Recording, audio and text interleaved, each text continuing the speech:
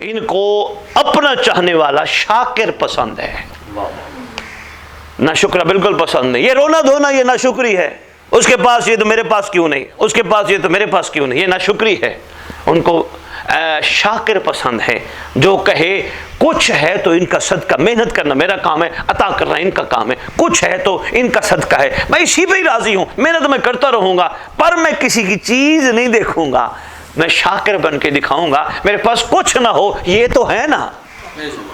شاکر امام کو بہت پسند ہے۔ دوسرا، اس گھرانے کو صابر بڑے پسند ہے۔ صبر کرنا یہ معمولی کام نہیں، ایک لمحے میں بندے آگ بگولا ہو جاتے ہیں، ایک لمحے میں ٹیمپریچر اتنا ہائی ہو جاتا ہے کہ بس لگتا ہے بندہ بندے کو ہی کھا جائے گا۔ صابر ان کو بڑے پسند ہیں۔ تیسرا، آپ کے معصوم کو، آپ کے معصومین کو اپنا نوکر، اپنی کنیزہ باحیا بڑی پسند ہے۔ انہوں نے اللہ کی طرف سے شریعت میں شامل ایک بہترین نکاح کا طریقہ عطا کر دیا۔ انہوں نے کہا یہ ہے نظام، اس کے تحت ایک نہیں 2 کر لو، مرد کو کہا 3 کر لو، 4 کر لو، کوئی بات نہیں، تمہیں 3-4 کی اجازت۔ بچی کو کہا تیری سمجھ میں نہیں آتا طلاق لے لے، خلا لے لے اور کہیں اور چلی جا۔ یعنی شریعت نے قانون مقرر کی ہیں، مگر حرام سے منع کیا گیا ہے۔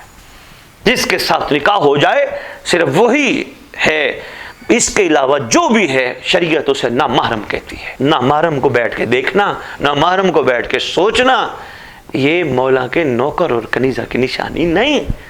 چوتھی چیز، اس سے بھی زیادہ اہم، جو امام کو بڑی پسند ہے، اپنی زندگی کا ہر رخ ان کی خاطر وقف کر دو۔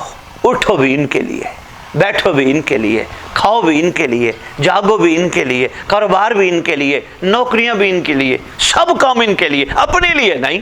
جس دن یہ قوم کو سمجھ آ گیا سب کچھ ان کے لیے ہے، بھائی صاحب میں ایک بات کرنے لگا بڑی ہے، میں سادہ توجہ کرنا، اس دن یہ خوش نصیب ہو جائیں گے کیونکہ ان سے آڈٹ نہیں ہوگا۔ آڈٹ کس بات کا؟ جب کاری ان کے لیے رہے پھر پوچھ گچھ کس بات کی ہے؟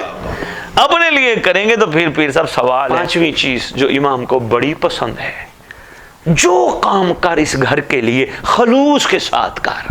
یار بڑا اس دفعہ تو نے مخلوق کو لنگر کھلاؤ، بھائی میری معافی یار، میں کو پیچھے سے لایا تھا، انہوں نے مجھے اس قابل بنایا، میں نے ان کا صدقہ ان کے چاہنے والوں کو انہی کے کرم اور امر سے کھلایا، میری اوقات ہی نہیں تھی۔